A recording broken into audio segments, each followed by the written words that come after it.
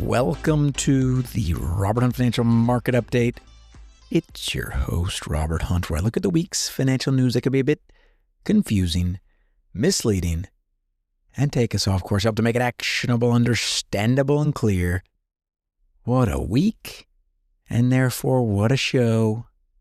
We've got some history for the listener. You're going to want to bring in everybody around the speaker for this one because we're going to learn not just about personal finance, but about history and how it merges with investment and personal finance. At the top, though, we're looking at an age-old story for our present times, the S&P 500's concentration risk. There's a CNBC article about that. We then will look at Mr. Ulysses S. Grant and his personal financial journey. It rhymes a little bit with Mark Twain's, who enters the story.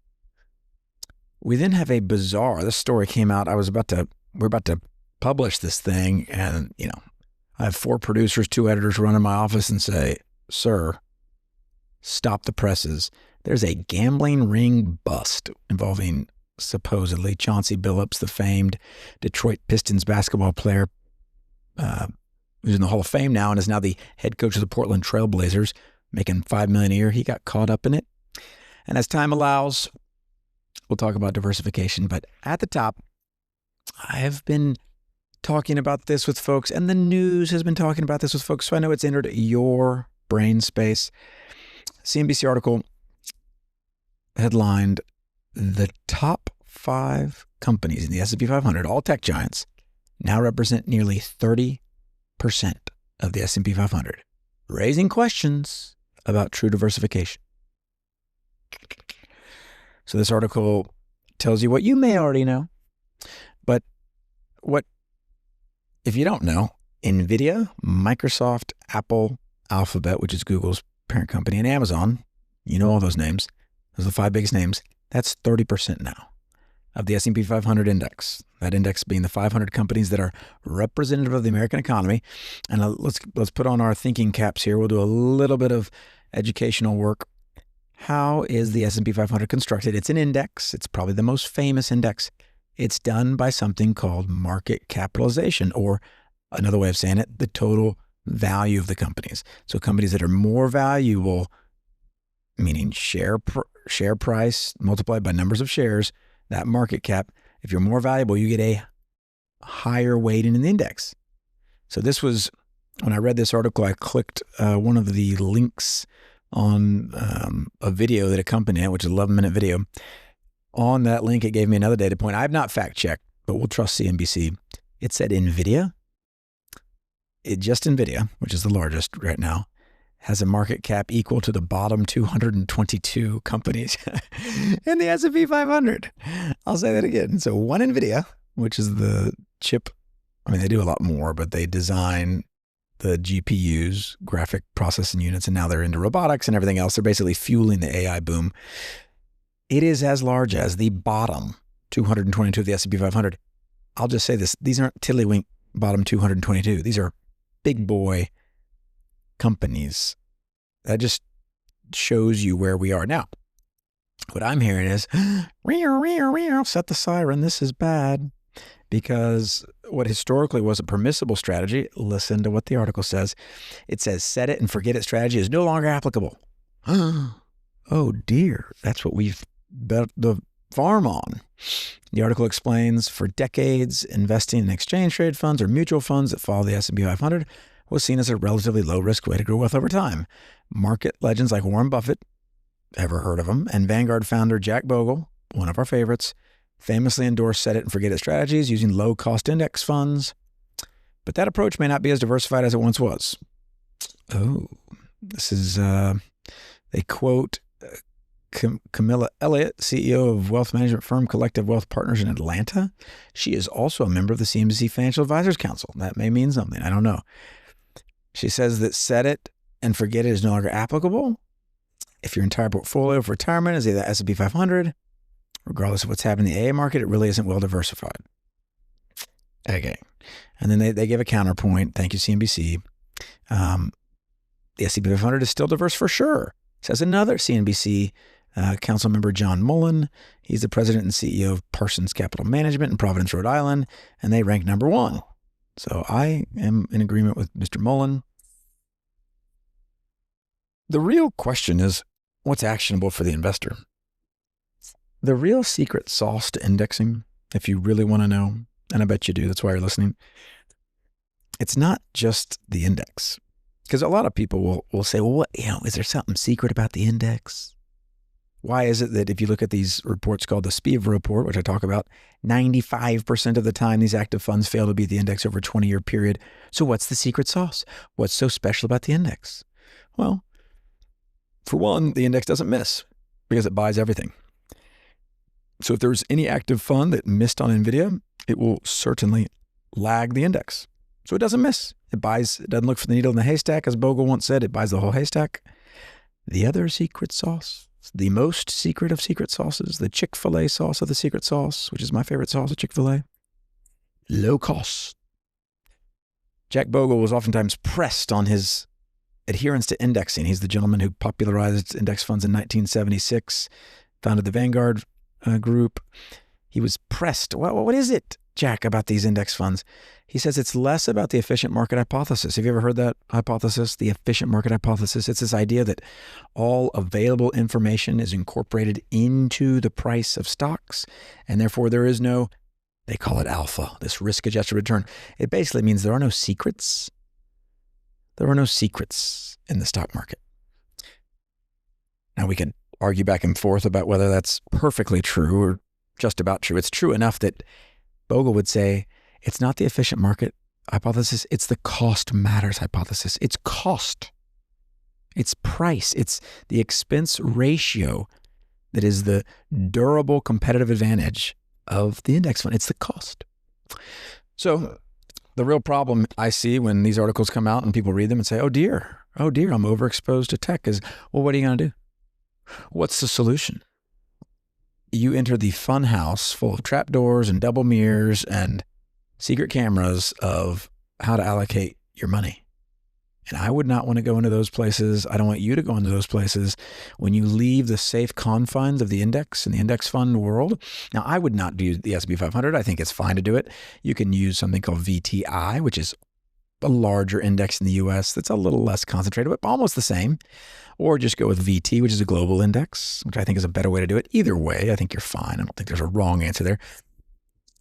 But just remember, if you determine that your index is top heavy and you want to find a solution, there is a smorgasbord of companies and salespeople that have higher priced products that are waiting to embrace you. And once you enter their fund zone, it's very difficult to get out because their fund zone involves betting on certain stocks, betting on certain sectors, betting on certain products, betting on which way the market moves. So stick with the durable advantage. Even at, let's suppose they're right. What if the index is a little top heavy in tech? At least you're getting it for 3 basis points. And you don't have to think about an alternate strategy. And over 100 years, you're going to be just fine.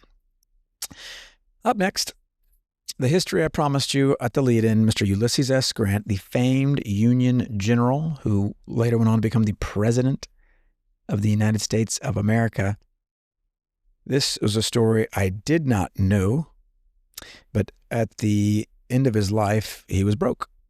And why was that? He never had a lot of money prior to the war. He was famously broke before the war, but of course he went on to be this famed general. And I'd read some about him. His secret sauce, believe it or else, was logistics. He did not graduate top of his class at West Point. That was Mr. Robert E. Lee. So in the Mexican-American War, they sent him to the least glorious place, the logistics. But he learned a lot in logistics, and he knew that hungry armies can't win. So that was his secret sauce against the Confederates, as he just kept the pressure on. Well, as good as he was at war, as good as he was at strategy, he was poor in finance. And I think that's a truth we have to digest. Be careful about taking financial advice from famous, successful people. You don't quite know what's under the hood. But what went wrong with Grant? So here's a quote he says, "When I went downtown this morning, I thought I was worth a great deal of money. Now I don't know that I have $1. the swindled Civil War hero lamented to a former West Point classmate. In fact, Grant had all of $80 to his name. This is a history. This is actually updated May of 28th, 2025, but it's a older article that I connected with through learning about Mr. Mark Twain, who had a similar sad financial life. What did he do? What did Grant do? Grant actually had money after the war, and not just an insignificant amount. So people were so glad that Ulysses S. Grant did the work he did and the manner he did it, that they started just giving him money, and lots of it. Big time financiers were cobbling together big amounts of money and cutting them checks. So he had money and lots of it. And what did he do? He partnered with someone. He partnered with someone, and he not only did he invest, he got his family to invest. He made the determination that perhaps he was not the one to invest the money or allocate the money. And it was so hard back then to do so. But he found, it was the great man theory. He finds a great man to partner with, and he did not understand the business, did not understand the financial business or the investing business that he got involved in. And he wound up finding himself smack dab in the middle of a Ponzi scheme. This is operated by his unscrupulous partner named Ferdinand Ward. Wiped out his life savings, Ferdinand Ward. So he partners with this guy. He's a famous person, so it's kind of a way, hey, Grant and Ward, you come to us. Grant was the famed person. Ward was going to do the work. All gone. He ran a Ponzi scheme. However, Grant, who was his partner, did not know it. So this is a man of great detail that would have never let one of his generals omit details or not be exacting in his detail of their provisions and the war plan, but with investing, a part of his brain turned off. That can happen. We've got to recognize that in ourselves. Do we disengage where we should engage? So this otherwise determined, tough man lost it all. Now, what did he do? He basically spent the last part of his life as he was dying and worried about caring for his wife and children, scribbling out a memoir that Mark Twain published, and he did it. He penned this manuscript, and it sold very well, and his wife got what it amounts to about $12 million today, and he died. He died. But the lesson, when this story came across, it popped off the page, I just thought, if you do everything right except you're unwilling to know how something works, you can lose everything. Do not fall into the, I'll just find myself a Ferdinand Ward who will do it for me. I think there are degrees of risk, obviously, with any financial advisor or anyone who has custody of your assets, but anyone that has custody, meaning they have control of your assets or discretion, the ability to trade on those assets, you need to know how they are making good on whatever promises they're telling you. And if you can't understand it, don't do it. I'd rather you put your money in cash. I'd rather you keep your money in cash and just spend 18 months, maybe 24 months learning. You'd be far better off than just finding a relationship, a friend, a fraternity brother, a trusted leader at your church. I know that can be a tempting thing for us to do. It doesn't work.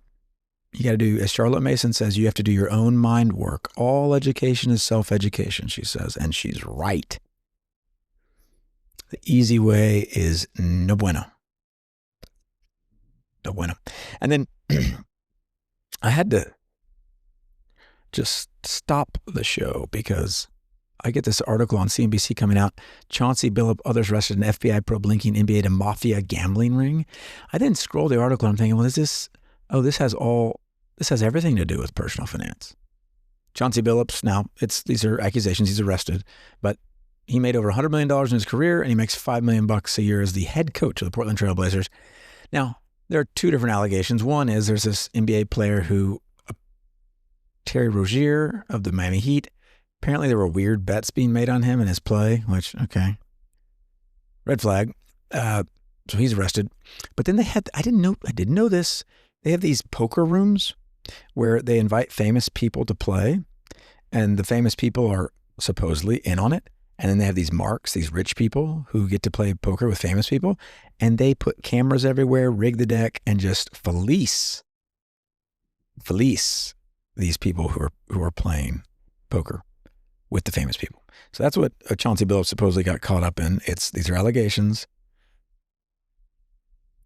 It made all the sense in the world to me that this sounds a lot like just the investment world to me.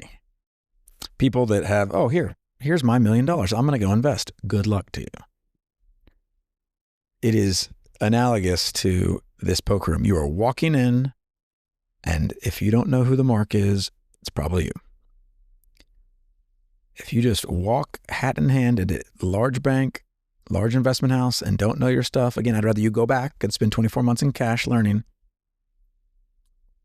Your fate may just be, maybe not, maybe you get lucky, but it may just be like these card players who show up thinking the game's not rigged, only to find out the FBI takes the house down because it was rigged, completely rigged. Cameras, that people would wear glasses and they would mark the cards. So these people wearing glasses know every card. And you think you're playing a straight up game. You think you're playing poker. You're not playing poker. You're playing lose all your money as fast as possible. And everyone's in on it. Not so different when we're investing. Whatever you walk into, whatever room you walk into, whoever's advising you, whatever deal they have for you, if you don't understand it, and none of us want to feel dumb, none of us, but a lot of times the very best thing you can say is, I don't understand this. I'm sorry. I'll miss out on the opportunity. Oh, that's great. How fun that Chauncey Billups is playing poker and you invited me to play poker with him. No, I'm okay. Private poker rooms, crime families, not so different from the investing world. It's dressed up much prettier in the investing world. They will promise outsized market return, the right asset class at the right time, stock picker's market. All these are promises that can never be made good on with consistency. Oh, for a moment they can make good on these promises. They can't do it consistently. Warren Buffett says it the best about market time. He's never met a market timer, and he's never met anyone who's a market timer with consistency. Oh, sure, you can do it once or twice, perhaps. Or you do the Jamie Dimon, which is he calls for a bust perpetually. You'll eventually be right. You'll eventually be seen as, oh, you know what? He said it was going to happen. So you have to find a game that you understand. Find a game where you know where the trapdoors and double mirrors are. And you know what that game is? It's keeping your costs low, your investing simple, and your time horizon long, because that is what's going to give you the best shot on your investing journey. Until next week.